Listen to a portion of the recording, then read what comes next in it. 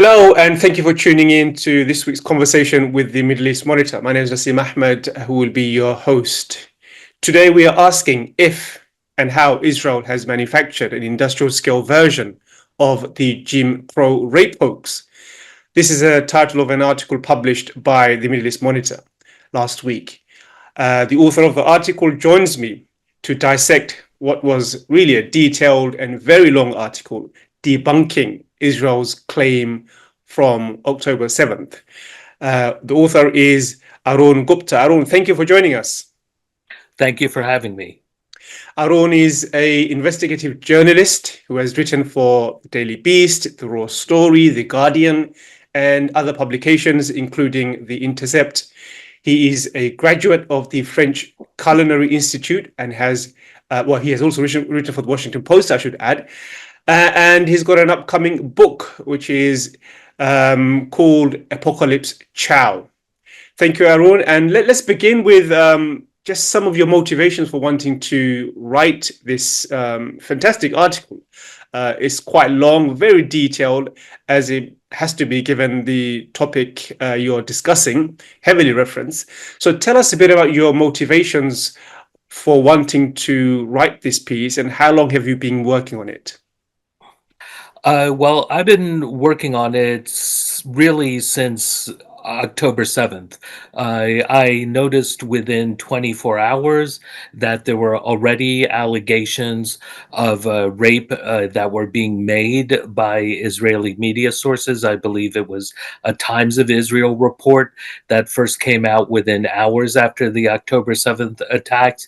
And it was a story I was paying attention to because when you do investigative reporting, you start to really develop a good eye and ear for fabrications, for lies, for fabulism.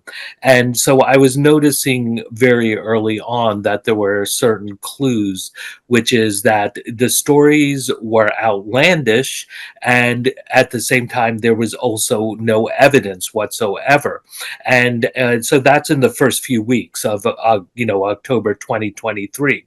And as the story started to develop, what you would see in the media, and here I'm referring to Israeli media and Western media, US and UK especially, there started to be excuses for why there was no evidence. And this goes against everything every journalist is ever taught, right? Your only job is to find and verify evidence, really, to put together a story. Instead, what we started to get was all these excuses, especially invoking religion, that because of Jewish burial law, this is the reason there was no forensic evidence, that the bodies had to be buried quickly, that there wasn't time for forensics, that the rescuers who were making claims of women being raped, about sexual mutilation, about bizarre things being done to bodies, body parts being cut off. They're making claims that they saw all these things, but there's no photographic or video evidence. So very early on, I started to suspect that this is just a giant hoax. And by early December, I started to approach publications. And generally, I write for more kind of left of center media, because mainly because I've had much more success with the type of stories that I want to write about. And certainly, if you want to write anything critical of Israel, you're not going to go to right wing media, and you're not going to go to mainstream media itself. But I also had another motivation, which is I have been in complete solidarity with the Palestinian struggle for liberation since the first Intifada began in 1987. And I was much younger than I am today. I was a kid, and I really avoid trying to use terms like pro-Palestinian and pro-Israeli. To me, this is about the basic right for self-determination and national liberation. Israel is just another colonizing force, and frankly, anyone in the world, I think in the Western world would agree today, or nearly anyone, that the conquest of native indigenous peoples was appalling and horrific. What Israel is doing to Palestine is clearly, it is just the latest in that chapter of trying to exterminate natives to take over and colonize their land. So those are really my motivations in writing this. I want to get your comments on a recent article by the Haaretz on the Hannibal directive. When you look at how the media has covered the event since 7 October, the genocide since 7 October, you see one by one all the hoax propaganda is collapsing. First, we had the 40 beheaded babies. I mean, everyone knew right at the outset there's something not right about this. From the 40 beheaded babies, we know how beheaded babies always used throughout history to galvanize support for some kind of genocide. That's like the alarm bells. There's going to be a genocide. As soon as you say beheaded babies, there's going to be genocide. Everyone knew that. And then you had the many other allegations. The Hannibal directive, many alternative news sources from day one, I think they published articles and videos debunking the Israeli claim that many of the people that were killed were actually by Israelis. Palestinians just don't have this kind of firepower. And then, of course, the worst of all, I think, is the rape hoax, which has been peddled. Are you surprised now how even the mainstream, I mean, if you want to call Haaretz mainstream, I would say it is, it is an Israeli newspaper. It is in some ways, aligned to the Zionist project. So are you surprised by how even the mainstream is having to, accept or concede the fact that, they have really messed this up? Well, I think, I'm not surprised that it's coming from Haaretz. Ultimately, they are secular Zionists. They do believe in this conquest, and I think if you were to ask Haaretz editors, and journalists, they would probably advocate for us to take a two-state solution. But as we all know, that's really just a fiction. That's long since dead. Maybe 40, 50 years ago, a two-state solution could have happened. Now, I think the only really viable solution is a one-state solution. And so the reason I bring them up, I think that, Haaretz, despite the fact that they have done lots of excellent reporting, they still believe in ultimately the conquest of other people's lands, and which involves their extermination. Right, that's a problem with liberals around the world, and in terms of the modern sense, not the classical economic sense, that liberals sign on to these projects and they think they can of conquest. Whether it's by armies or capital, and think they can do a kinder, gentler version. But the Hannibal directive, that's something I've been tracking very closely as well. And, for listeners who don't know, that is a policy by the Israeli Defense Forces going back decades, where that if there was danger of Israeli citizens or soldiers being captured and taken hostage by Palestinian forces or others, that the military would kill them first. And the classic reason is given is the capture of the Israeli soldier Gilad Shalit, I think was his name, where eventually he was released and in exchange for over 1,000 Palestinian prisoners. And it's felt that having hostages creates too much pressure on the state, on the society, and limits Israel's military capacity to act in an unrestrained manner. So when it comes to the Hannibal directive, I think there's something very important to caution. Is I think it's likely that dozens of Israel, it's or sorry, let me say, it's almost certain that dozens of Israelis were killed by the IDF on October 7th itself. I think it's likely in the range of 50 to 100, maybe a little more over that. But I've seen kind of a lot of what I'll call social media figures who pose as journalists claiming that a majority of Israelis killed on October 7th were by the Israeli military forces. And that, I think, is just completely absurd. For the investigations that I've been doing, in this article I published with Middle East Monitor on the how Israel created an industrial scale Jim Crow rape hoax, is a third one I've done, and I have a fourth and fifth one that I'm working on. I have looked at every single available video and photograph of October 7th atrocities. I list them in the first article I did in Yes Magazine a few months ago, and it's frankly sickening to see them. But what you can see is, what I say is, it's clear Hamas came to do two things. They came to kill people and they came to take them hostage.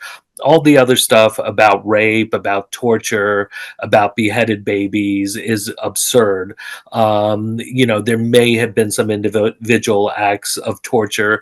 There was one infant that was killed on October 7th, 10-month-old Mila Cohen. She was shot while in a safe room through the door in her mother's arms. So even in that case, there's no evidence that she was targeted at all. And the rape has every single allegation has turned out to be false. But I think it's important to avoid saying that, most Israelis, or even I seriously doubt that much over 100 Israelis, even if that many, were killed by the IDF on October 7th. Maybe it's some over 100, but certainly not like 4, 5, 600. The total number of deaths on October 7th are 1,163.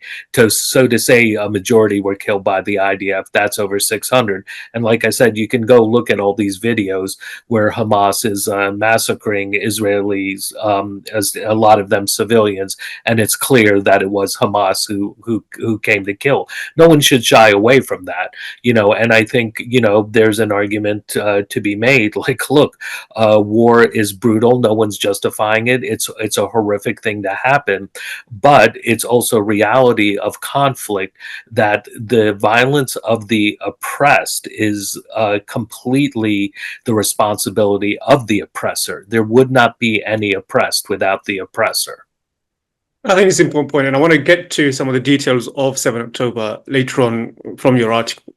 You mentioned that you've been following closely everything regarding the hoaxes, and it's quite clear from your article. It's heavily referenced, and I guess on an issue like this, so sensitive, you have to be, because there's so much pushback, and you don't want to give people the chance to discredit you. And your article is heavily referenced because of that. But I mean, on your ability to publish, and how much of a setback has there been? What kind of publications have rejected you, refused you? I mean, how much of a challenge has it been for you to actually tell that story? Oh, it has been absolutely an extraordinary challenge, and I'll say, when it comes to the mainstream media, I've quite a jaundiced eye, and I've been freelancing for left of center media for over 20 years, and maybe it's my own naivete, but it's just been appalling, the response that I have gotten when I've pitched these articles. And I don't want to burn all my bridges here, but I will name some publications. A journalist friend helped me contact Al Jazeera English editors, and they swiftly rejected the article. And I was shocked by that. And they said, we have something in the works. works, and yet to my knowledge, I've yet to see anything on their website debunking the Israeli rape narratives. Maybe they eventually publish something, but I approached them, I believe, in early January. I had another example is Plus 972 magazine. I had a 40-minute video discussion with two editors there, and the moment one of them opened their mouths, I knew they were never going to accept my article. And it was because the editor, who described herself as a Palestinian and a feminist, said, well, it's unlikely. We don't know how many rapes happened on October 7th. It's unlikely it was 50 or 100, but we don't know if it was 1 or 5 or 10 or 20. And I was just like, my eyes were rolling like a slot machine, because I'm just like, you are basically doing the dirty work of Hasbara. It is not the job of journalists to speculate how many rapes happened on October 7th. Now, at this point, I will say, I will debate anyone in the world that, including any Israeli intelligence official who has access to all the secret information, and I will say there is zero evidence of sexual violence on October 7th itself. But journalists should not be speculating.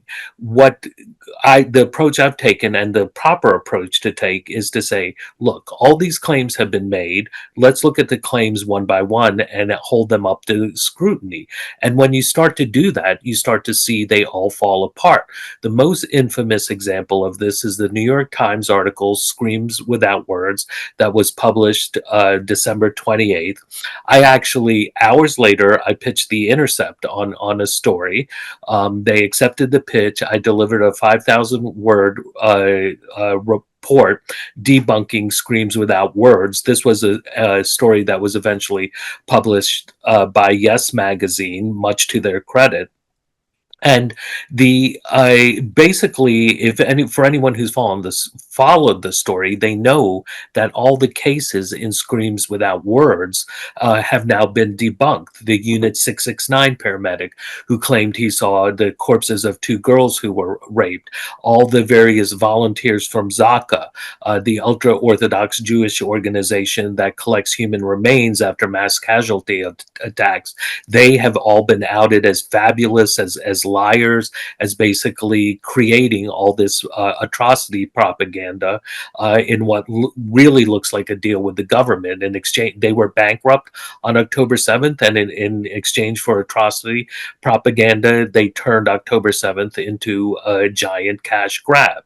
When you look at the accounts, the 2 people who claim they actually saw rape, Witness S or Sapir and Roz Cohen, their stories have completely fallen apart. The New York Times lead story of Gal Abdush, this woman whose half-naked corpse was found, that story has completely fallen apart. So when I sent this article to The Intercept, basically senior editors killed it, but there was another editor there, the one who commissioned it, who wanted to use it, and to make a long story short, he ended up using significant chunks of my reporting in the Intercept's article about Anat Schwartz. So, I'm at this point, I'm just going public with it because the evidence is all there.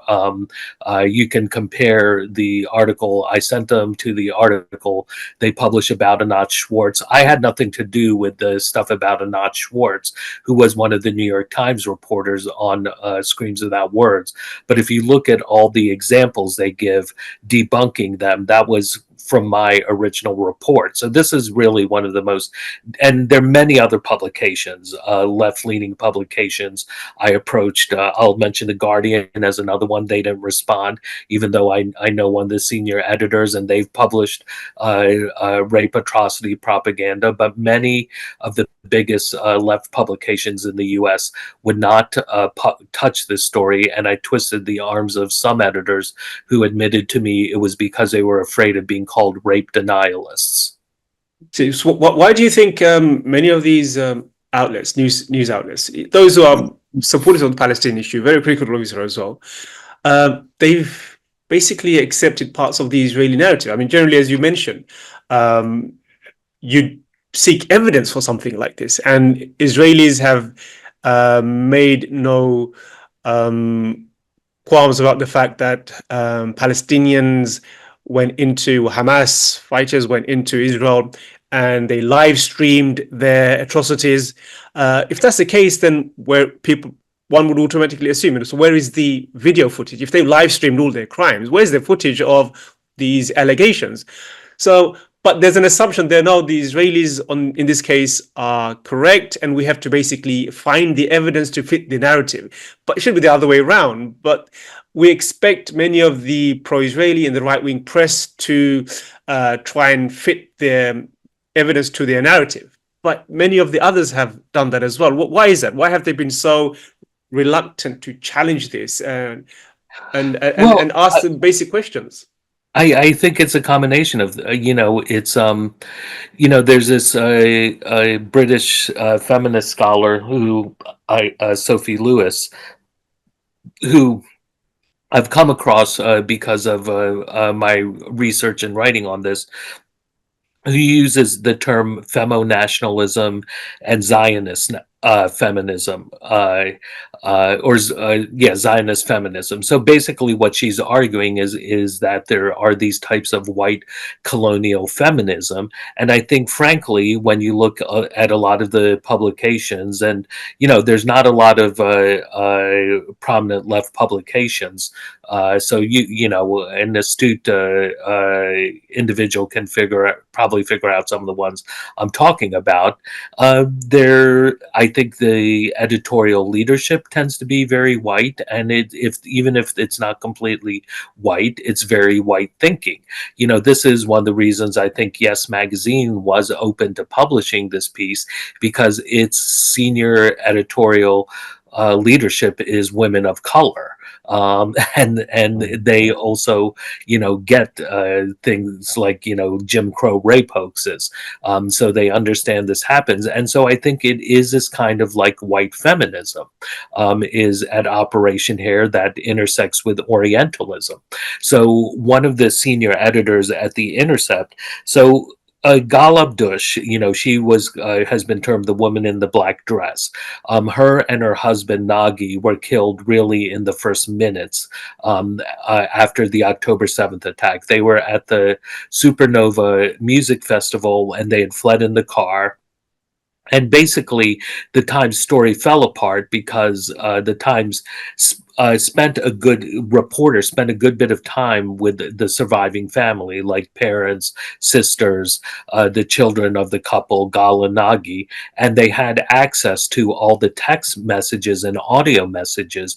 And the Times, in what is incredibly dishonest, they only relayed a few of the messages, and they did not relay the fact that at 6:51 a.m., Gal Abdush sent a text message to her family that there were intense explosions at the border and they were fleeing. 9 minutes later, her husband, Nagi Abdush, sent a voicemail to his brother, and I interviewed his brother. The voicemail saying that Gal has been shot in the heart and she's dying. And so the Times story completely fell apart, because we're to believe somehow that in this 9-minute period where they're fleeing in a car, that somehow the car is stopped, they're attacked, they're captured, Gal and Nagi Abdush. They are taken hostage. Gal is sexually assaulted. Then she is killed. Meanwhile, her husband Nagi is free to communicate with his relatives, and he never mentions anything about being captured or that his wife is being raped, or the story is entirely fabricated. And the Times admits that they had no evidence to go on other than a grainy video of her corpse. And so I included this debunking in my piece for The Intercept, and one of the senior editors, a woman, said, like, she wrote in the notes, which I still have, she said, well, the fact that her dress was up, we can't rule out the fact that she wasn't sexually assaulted afterwards. And I just threw my hands up in the air because I'm like, yes, of course, because, these Palestinians are such savages. They can't help themselves around even the dead body of a naked white woman, and they have to sexually assault it. I mean, and so I think, like, there's still a lot of Orientalism that infects even left media in the United States, and they buy into this believe all women. And that's why I go back to Jim Crow rape hoaxes, right? Because you look at, the worst massacre of all, Tulsa, Oklahoma, in 1921, I believe it was. That started with allegations of a black man sexually assaulting a white female elevator operator. And 300 African Americans were killed in it, and it involved both the Oklahoma National Guard and the U.S. Army Air Force bombed Black Wall Street. The destruction of Rosewood, Florida, in 1923 was a rape hoax. There was a pogrom in Atlanta that was a rape hoax. The Scottsboro boys were a rape hoax. Emmett Till was a false sexual harassment assault accusation. On and on and on. And what I say, what the real story is, and to put it very bluntly, it's that it's this colonial narrative in which that basically states that the savage hordes of darkies are threatening the purity of white women. Therefore, we must exterminate the savage hordes of darkies. And this goes back to colonial America. We're talking over 300 years, right? With Native Americans and what was known as captivity narratives. People can read the article where I detail it, but this was also a prominent feature of slave society in which, there was this constant fear of slave rebellions and uprisings in which white women were going to be raped by these slaves. Then during the Jim Crow era, there was called the brute caricature of the, animalistic, predatory black male, and on, and it continues through American empire. Orientalism, Edward Said's masterpiece in which, the West constructs the East as savage and barbaric, and up to the present day. And I'm saying, what Israel is using the exact same playbook, because not only are they fabricating these claims, and there is only one credible case, but it was an Israeli woman who was held in captivity for over a month, right? That's completely different. She was sexually assaulted amidst Susanna. She was sexually assaulted in Gaza. And if you read her story, it's completely believable. But that did not happen on October 7th. Meanwhile, what these this kind of narratives do is they completely invert the sexual violence, because of course it's the colonizer is the one who's carrying out the sexual violence, right? By the right of basically the church and king, conquistadors could rape native women, and they did en masse. Chattel slavery was built on the rape of black women for the slave masters' pleasure, sadism, and to create new slaves, new property, right? During the Jim Crow era, rape was an instrument, one of the main instruments of racial terror. That's what Jim Crow was, a regime of racial terror. And so what we see going up to this day, and the U.S. bought sexual violence and sexual trafficking wherever it went abroad. Japan, Korea, the Philippines, Vietnam. I mentioned even modern day Iraq, in Afghanistan. There's a huge number of girls who were being sold because the families were so impoverished. And what are they being sold for? almost certainly sexual trafficking. And so Israel has actually been carrying out all this gender-based violence and all this sexual violence against Palestinians, both men and women, boys and girls. And in fact, they flaunt a lot of it. All these pictures of semi-naked or even fully naked Palestinian men being humiliated and degraded. And the United Nations has been trying to bring attention to this. So what Israel has been doing is they've been using the rape hoaxes to actually try to silence UN women's organizations that are trying to bring attention to actual sexual violence that Israel is carrying out. And so it's a complete inversion of reality. And I think at this point, people's minds have been so infested by the Hasbara that even on the left, I often run into people who find it hard to believe that there was no sexual violence occurred on October 7th. The most effective instrument I've had is to liken it to, like, look, this is a modern day Jim Crow rape hoax, except it's on an industrial scale, where Israel is using these allegations of rape to exterminate 2 million Palestinians. And that's a separate issue, but I think at this point, even talking about the death tolls is irrelevant. Whatever, Israel is completely physically, psychologically devastating Gaza society, and it's who knows what's going to remain if this war ever ends. And even as recently as a month ago, Israel was bringing up claims before the International Criminal Court of that hostages were being threatened with sexual violence, which is why they needed to continue the war, which is of course completely absurd because Hamas has been willing to release all the hostages as long as there is a guaranteed end to the war.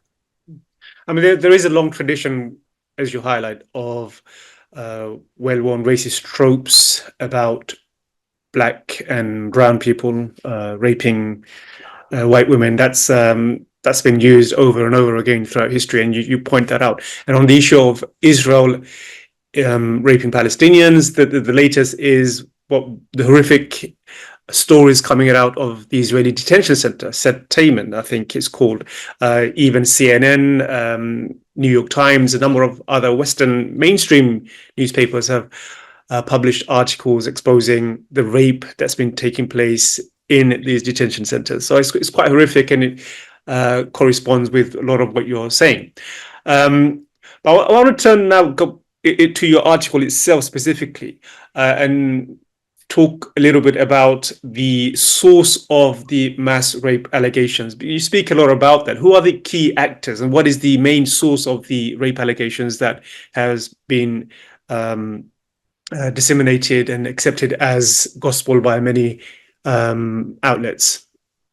So here's what's really interesting. If you go back and you dissect the story from the beginning, and I recount this part in the Yes Magazine article, is in the first days and 2 weeks after October 7th, the Israeli state was actually doing media tours of its two main forensic facilities. There's a National Forensic Institute, and then the Shura military base, which is where most corpses went, and where also a lot of the most absurd atrocity propaganda was emanating from.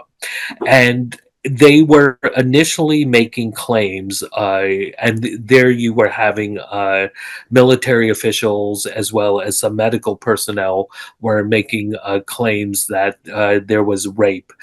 They had evidence of rape. But then suddenly they all went silent. And then a couple of weeks later, starting really like about 2 weeks after October 7th, you start to have these civilians coming forward who are making these outlandish stories. Sherry Mendez is one of them.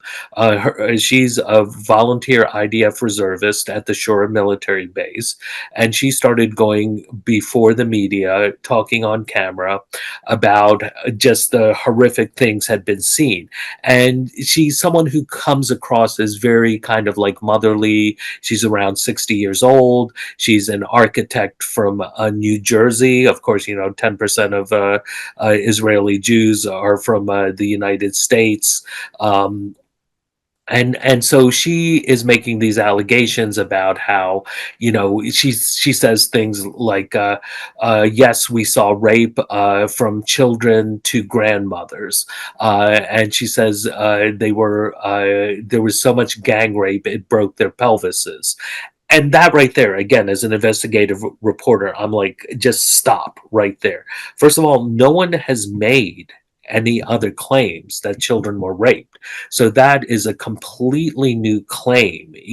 And no one in the 8 months since she said that has claimed that children were raped. Secondly, to claim that the rape was breaking pelvises, it's just like, this is one of the strongest bones in the human body. Again, and there's a saying, in journalism, that extraordinary, and also science, extraordinary claims require extraordinary evidence. And there was zero evidence. And yet this is someone who's speaking at one of the main forensic sites where she's making these claims. Then she just says all sorts of other stuff about body parts chopped off, about genital mutilations, about beheaded children. And again, we know that's completely, or beheaded babies, we know that's completely false, because the number of infants killed was 1 and she was shot. And in fact, there's a photo of her on one of these Israeli government websites that I mentioned. But then she also starts telling the story about a pregnant mother who was butchered, and her fetus was removed and the fetus was killed, and then the mother was shot. And so what I started to do was start to follow all these people who are making claims. And what I eventually I discovered was there's really only 12 sources, right? There's a vast number of stories, thousands and thousands of stories that have been written, probably tens of thousands, claiming there was rape on October 7th. But there's only 12 sources who account for the vast majority of these claims. There's a bunch of minor sources, maybe a couple of dozen, but they account for very few claims that you see in the media. Of these dozen sources, 3 of them came from the Shura military base. 2 of them, one was the the chief rabbi of the Israeli military, who I believe he is a colonel, he might be a general, but also his predecessor, who was, actually they're both generals. One's a lieutenant general and the other's a brigadier general. Both of them also told this story about the butchered pregnant mother. And numerous Israeli sources have completely debunked this story. This is a lie, it never happened, there's no evidence of this. And so you have 2 generals who are making this claim, and this person, Sherry Mendez, who's serving under them, she's also making this claim. Then 5 of the 12, another 5 are Zaka volunteers. So as I mentioned about Zaka, they're this Haredi organization, and I recommend folks read the piece I did in The Intercept. It is really one of the craziest stories you will ever read. The way I describe Zaka's role in all this, it's like Enron meets Jeffrey Epstein meets George Santos. Except it's worse. Basically, the founder of Zaka had been raping children since the 1980s. And 2 of his brothers were involved. This was all covered up. It was well known within the Orthodox community. The police opened 2 investigations and then covered them up. This all came out in 2021, when the founder Yehuda Meshi Zahav was supposed to be awarded this prize that was too much for his victims. Basically, dozens of them, 1 or 2 dozen, started speaking to the media. He tried to commit suicide. He failed, but he died a year later. He went into a coma. So on October 7th, Zaka was completely bankrupt. And what looks like happened, what appears to have happened, and a lot of this, all of this I got from Israeli media, but in particular, there was one excellent Haaretz article where they basically claimed, or they claimed outright, that Zaka turned October 7th into this giant cash grab because they were bankrupted on October 7th. But it really looks like there was this deal struck between Zaka and the Israeli government. This one Hasbara official, a volunteer consultant serving in Netanyahu's office, said, after October 7th, the entire state of Israel was focused on fixing the narrative that Hamas equals ISIS, right? Because if you can make the world believe that Hamas equals ISIS, then it's no longer a war between two combatants. It's a war between basically, truth and liberty and this demonic force that the world must unite to eliminate, exterminate completely. And so that was this Hasbara official in Netanyahu's office is saying this. And then he says the men of Zaka were amazing in convincing Western reporters what human monsters we're dealing with. And then he says this deepened the legitimacy of the Israeli state to act with great force, right? Meanwhile, and this is the George Santos part of it, is that the Zaka officials, these guys who are appearing all over the media, right? They're in Reuters, on CNN, New York Times, AP, Politico, Washington Post. I found interviews with a number of them, including one guy, Yossi Landau, one of their senior officials.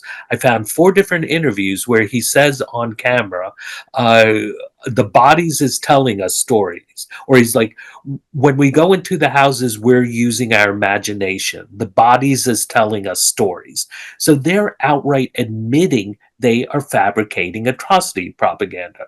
Another senior, one of the topmost Zaka officials, Haim Utzmagin, he, in an Israeli foreign ministry video, says, and this is Israeli state propaganda, the walls screamed rape, the stones screamed rape, right? So they're outright admitting they're fabricating atrocities. So what you have are these 5 guys who account for a vast number of these stories, are just telling the most outlandish stories. They're saying things about how, like, they find bodies of women under rubble, a body of a woman under rubble with all her organs removed. And I'm like, how does this work? How do you, first of all, how can you find something like that under rubble and all the organs removed? That sounds like something out of Jack the Ripper.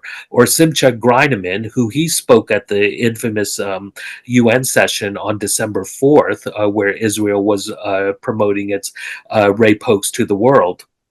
He had earlier said that he had found naked women tied to trees at the Supernova Rave Festival whose bodies had been mutilated and they had been sexually assaulted.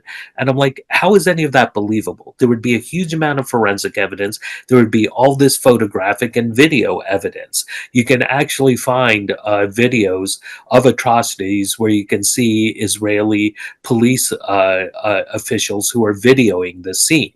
Right. And so we're supposed to believe there's no evidence of this whatsoever, except eyewitness reports. Simcha Greineman also claimed that foreign fighters came into Israel. And how did they discover this? Because they had their IDs in their pocket. That's what foreign fighters do. When they invade another country, they bring their IDs along. Just in case anyone needs to check their identity, right? And it's on and on. These guys are also, they're making like all these claims about eight burnt babies on clothesline.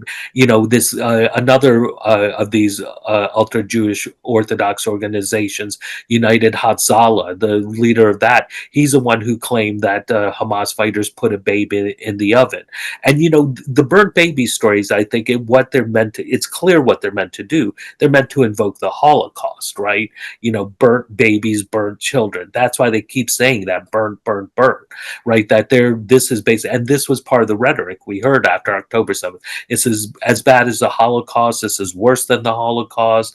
The most Jews killed since the Holocaust. It's all this like attempt to brand Hamas and by extension all Palestinians as Nazis, and all you can do with Nazis is exterminate them all. So like I said, in terms of the Unit 669 paramedic, he's another one.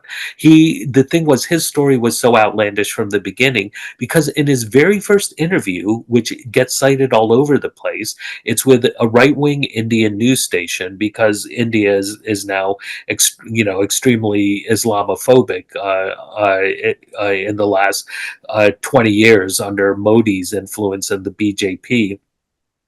This paramedic, this military paramedic, says that they found a 1-year-old baby. His team found a 1-year-old baby dead in a trash can with stab wounds over its body. Again, we know that's a lie, because the one infant that was killed was 10-month Mila Cohen, who was shot in her mother's arm. And he also said that they found uh, Arabic sentences written on the houses in the blood of their victims. And again, it's just like, this is so absurd. How can anyone believe this guy? And yet, for months, his was one of the most widely cited stories, claiming he found a dead girl who had been raped because there was sperm on her back. And then a few months ago, his story was debunked. A video came out showing the girls he was talking about were fully clothed. But from the beginning, there's also other things that were clear. It was clear that he was lying. And so, it's remarkable to me how much that not only Western media has fallen for it, but I think, the left media has been pretty appalling, with some rare exceptions. You mentioned you mentioned a number of organizations, but I think you left out Israel's Civil Commission on 7 October crimes. I mean, Well, that's as a major player in curating Yes. the stories. So, what's been their position on this, and how have they been central to perpetrating the rape hoax? So the Israeli Civil Commission, I could never find out exactly how it was set up.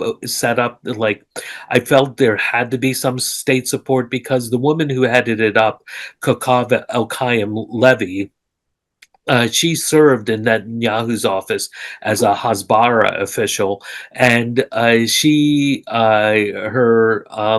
CV includes that she wrote a paper in the Harvard Law Review, and I read the paper. Unlike many journalists, I do my work, where it's a 49-page brief trying to figure out ways to justify force feeding Palestinian prisoners who are on hunger strike. Right now, if you Google Kokav El Levy, you'll see all this stuff about, she's this noted human rights scholar and feminist scholar and intersectional feminist, and yet her one great contribution has been trying to figure out how to justify the torture of prisoners. But this is Israel, right? The human rights means torture. So this civil commission was given great prominence by Haaretz and other media outlets, and there was this huge piece that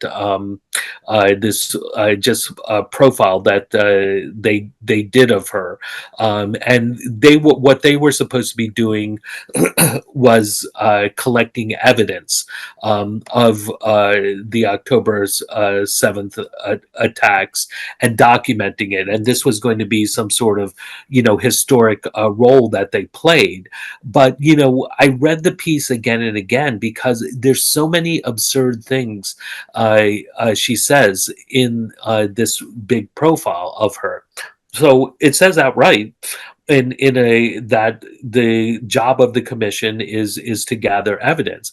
But then El Levy, and these are her exact words, she's outraged that she needs to offer evidence of rape. And these are her exact words, quote, "Am I the one who needs to provide the evidence for the terrorists' deeds? What kind of travesty is it that they are imposing the burden of proof on me?" Now that is just mind blowing and jaw dropping, right? Her commission, its only reason for existence is to provide evidence, and she's saying, why do I have to provide any evidence? Then she says stuff like October 7th is about the most documented set of horrors that humanity has known. But then she also says evidence is completely secondary. She said she refused to cooperate with journalists, and she would tell them, quote, "You are journalists, do your job. Don't ask me what happened and how it happened."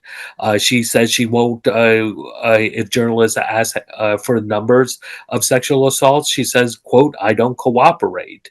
And she says, "I won't participate in that game of determining the reliability of witnesses."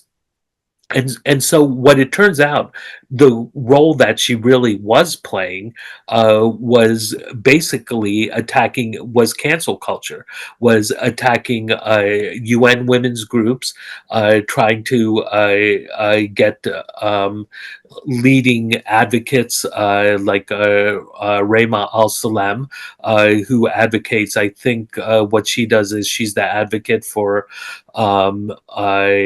victims of sexual violence. She was basically trying to get her removed. Kokav El Levy also played a central role there was this basically this university official in British Columbia, who she was a director of a sexual assault center at a university in BC, and she signed a letter saying that there was, no evidence of rape happening on October 7th, and for that there was this international campaign that got her fired and basically destroyed her life. So the role that Kokav El Levy played has really been one of cancel culture. But the interesting thing now, her star has also fallen because it turns out that she was basically turned the commission into a one-woman show. She was also amplifying fake atrocities, such as the pregnant mother and fetus that had been butchered, and it looked like she was taking a playbook from Zaka, that she was trying to raise all this money for herself. So the funny thing is she's been kind of sidelined, and what's I think pretty ironic.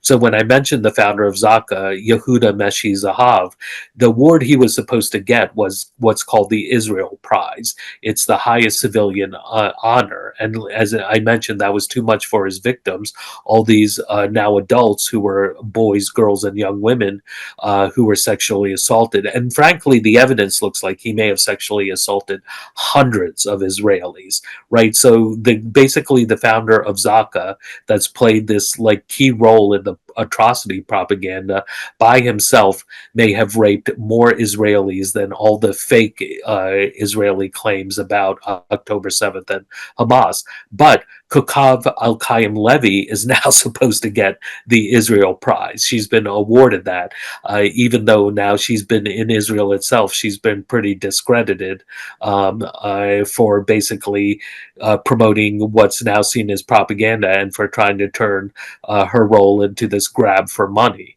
I mean, the whole thing is just so incredibly sordid. And, I tell other journalists that, if you were to even try and make a screenplay out of October 7th rape hoaxes, you would be labeled as the worst Nazi in the world, even though it's all true. That's all fascinating. I mean, I want to finish on this final question regarding the UN report. The UN, I think in June, they sent There are two reports. Yeah, the Special Representative on Sexual Violence in Conflict, Pramila Patten. Patton, and Patten, so some people have used that to say, look, this is further evidence. She has acknowledged that there was rape, and others have said, no, that's not the case. So what exactly does the UN report say? And we'll end on that. Well, so I think the most important thing about the UN report, or there's a number of important things. First, she uses a term almost exclusively, reasonable grounds to believe. And what I did is I went and looked, and I linked to it. I looked to what the methodology is, and it turns reasonable grounds to believe is a very low level of proof for UN fact-finding missions. First of all, she had no investigatory power. That is up to a different commission that issued a report in June that's under Navi Pillay, and that's the International Independent Commission of Inquiry on the Occupied Palestinian Territories, Israel and East Jerusalem. And but between the two reports, what's interesting is neither one were able to actually do any forensic investigation. That's not Patton's field anyway. Her role is to basically amplify voices in conflict zones, and she got in big trouble when she went to Ukraine in 2022, and she put out basically this hoax that there were these rape rooms where Russian soldiers were given Viagra and were raping Ukrainian women and girls. Now, interestingly, this was the same hoax used by NATO and the West against Libya in 2011 to justify their just completely horrific war, that the repercussions that are devastated Libya to today, and much of North Africa as well, because of the complexities of what's happened in Libya as a kind of site for a lot of smuggling of migrants, right? So Patton has this record of amplifying just absurd allegations. But what's interesting is if you read her report, in instance after instance, she says things like "not verified, not verified, not verified." She even says she doesn't name them, but everyone knows who they are. She says that some incidents turned out to be false, and because she says kibbutz Be'eri, everyone's able to figure out what they are. That's Yossi Lando, the Zaka official, who claimed he's the one who was going around claiming first about the pregnant mother butchered and the fetus. The second one was the Unit 669 paramedic who was claiming that there was these one or two dead girls who had been raped and then murdered. Now, the other things, though, like buried in the report, she says there's no evidence of gang rape on Road 232.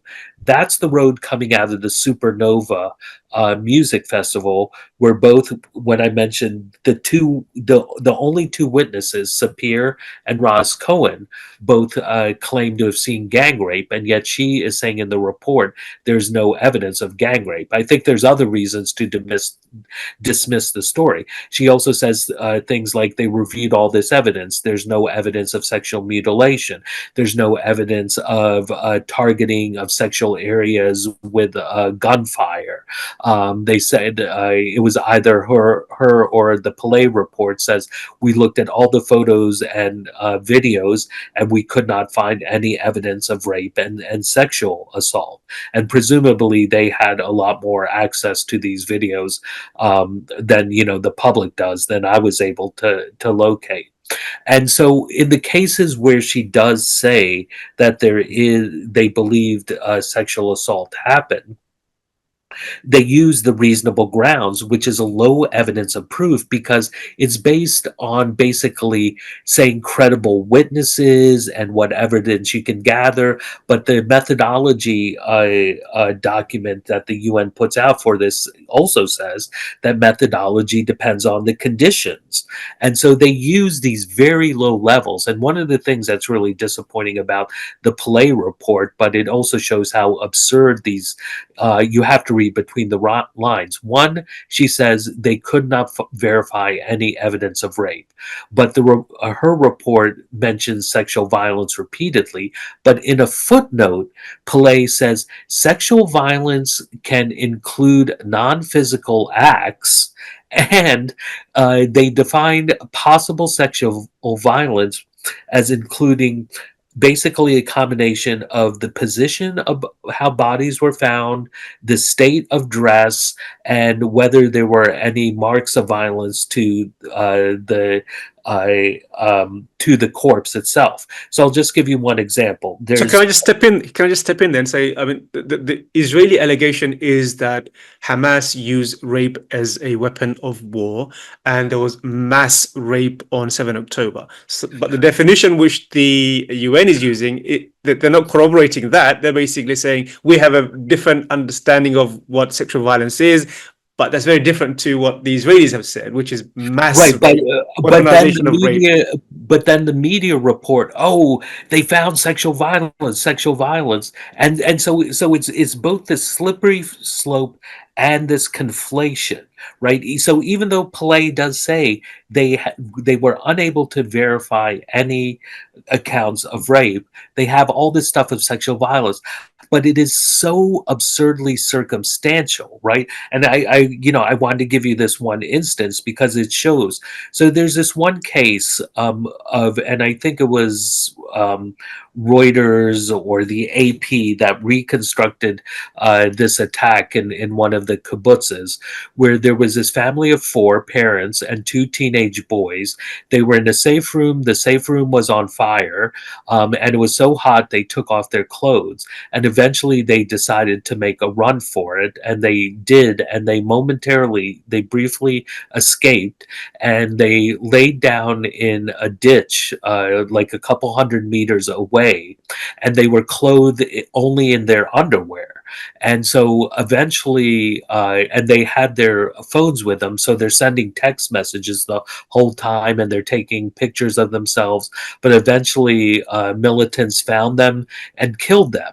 And so there, what you have, and the description was that's where their half-naked bodies were found. So it's just like, by Pillay's definition of sexual violence, they are evidence of having sexual violence committed against them, even though we know there was no sexual violence, because their bodies were almost completely undressed, they're in a prone position, and they're marks of violence. They meet all the qualifications. And this is what becomes so absurd. Unless you're in there picking apart every little piece, you don't know what's really going on.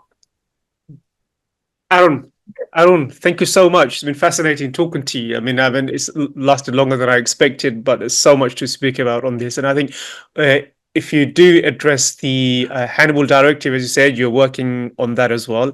Love to have you on MEMO Conversation once more, and talk about and discuss some of the other propaganda hoax that's been peddled by Israel. So I want to again thank you so much, and thank our listeners for tuning in. See you for another conversation with the Middle East Monitor. Bye-bye.